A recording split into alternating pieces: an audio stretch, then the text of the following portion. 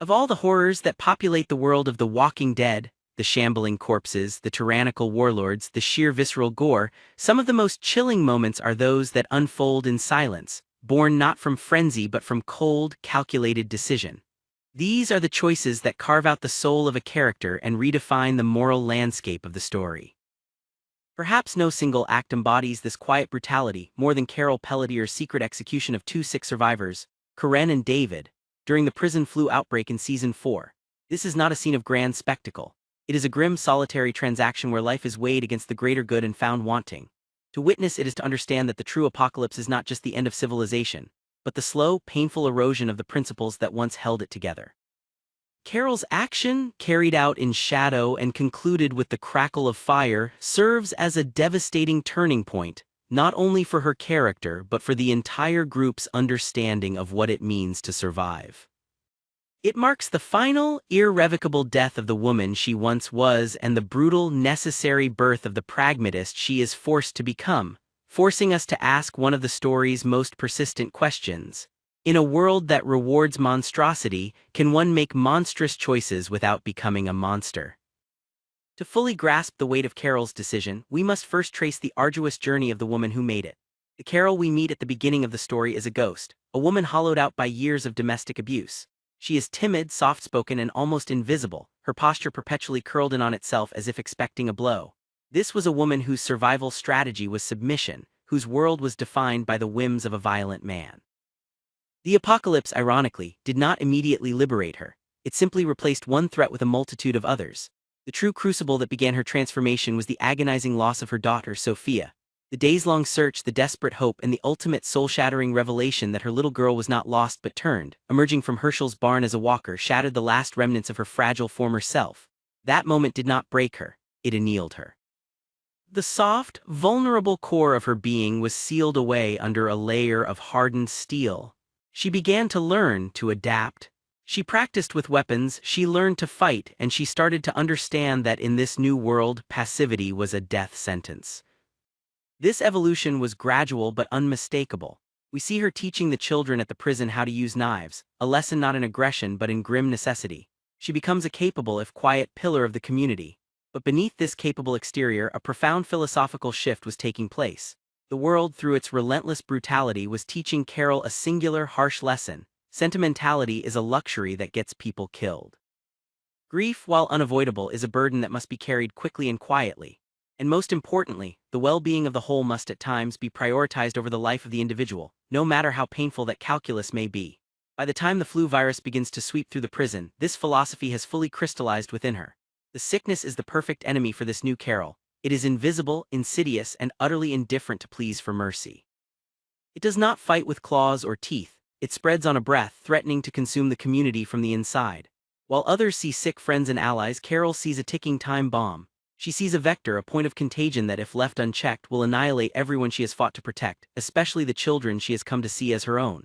This perspective is not born of coldness, but of a terrifyingly clear-eyed view of their predicament.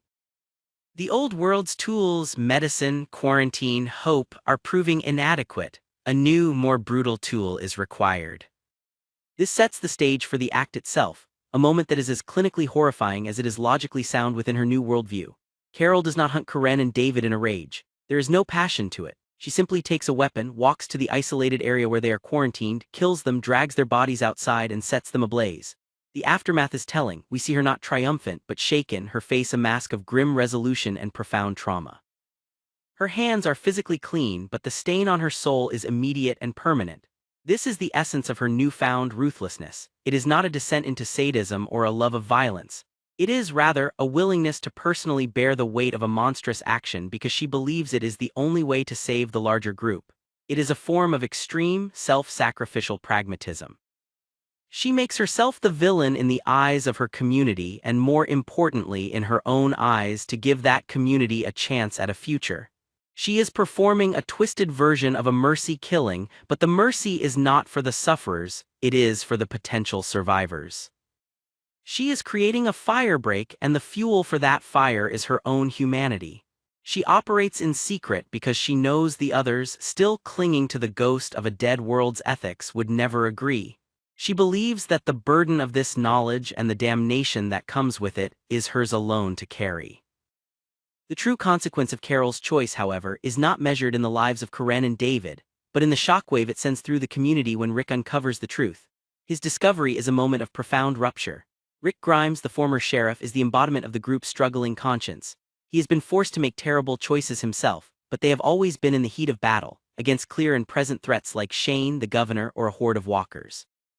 Carol's act is different. It is premeditated.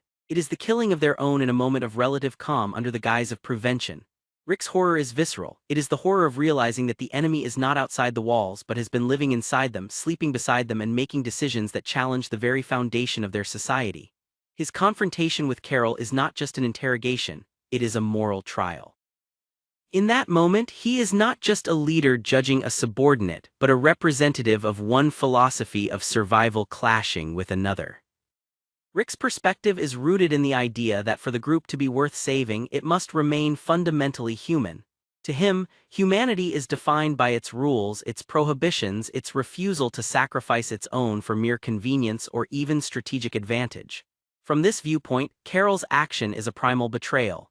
It shatters the trust that binds them together. If they cannot trust each other with their lives, especially when they are at their most vulnerable, then they are no longer a community. They are just a collection of individuals waiting to turn on one another. Rick's decision to banish Carol is therefore one of the most significant and principled stands he ever takes. It is his way of drawing a bright, red line. He is declaring, loudly and clearly, that some actions are so corrosive to the idea of community that they cannot be tolerated, regardless of the intent behind them. To allow Carol to stay in his mind would be to endorse her logic, to accept that killing your own is a valid tool in their arsenal. That is a threshold he is not willing to cross, for to cross it would mean they have truly lost themselves. Carol, for her part, defends her actions with a calm, devastating logic that highlights the irreconcilable difference between their positions. She doesn't plead for forgiveness or claim she enjoyed it. She simply states that she did what she did to save lives, to stop the sickness from spreading. She points out the obvious truth that everyone was thinking but no one was willing to act upon: Karen and David were already dead. Her act was just speeding up the inevitable and, in her view, protecting the rest. This is the cold, hard math of survival, stripped of all emotion. Her banishment is the price she pays for being right in a practical sense but wrong in a moral one. It is the punishment for being the one who was willing to look directly into the abyss of their situation and act, while others averted their eyes. The ramifications of this event ripple outward, shaping the characters and the narrative for seasons to come. For Carol, banishment is not an end but a further transformation. Cast out from the group she sacrificed her soul to protect, she is forced to rely entirely on the hardness she has cultivated. She becomes a ghost, a lone wolf capable of astonishing feats of violence and cunning, as seen when she single-handedly takes down Terminus. The woman who killed 2 people in secret now annihilates a compound of cannibals with cold efficiency. The seed planted with Karen and David has fully bloomed into a deadly flower. Yet the tragedy of Carol is that this hardness is not her nature, it is her armor. And armor is heavy. We see the immense toll this persona takes on her in later seasons as she struggles with guilt, PTSD, and a deep yearning for the gentleness she had to destroy within herself. She becomes a living contradiction, the group's most fearsome protector who is also its most broken soul. For Rick, the event serves as a harsh lesson in the complexities of leadership. While he banishes Carol to uphold a principle, he soon finds the world constantly testing that principle. He, too, will later be forced to make brutally pragmatic choices, such as his murder of the surrendering saviors at the outpost. The line he so clearly drew with Carol becomes increasingly blurred, suggesting that her philosophy, however disturbing, may not be entirely wrong, but merely an extreme point on a spectrum of survival that he himself is traveling. The event with Carol becomes a benchmark against which he measures his own descent into necessary violence, a haunting memory of the moment he chose principle over pragmatism, leaving him to wonder if in the long run there is even a difference.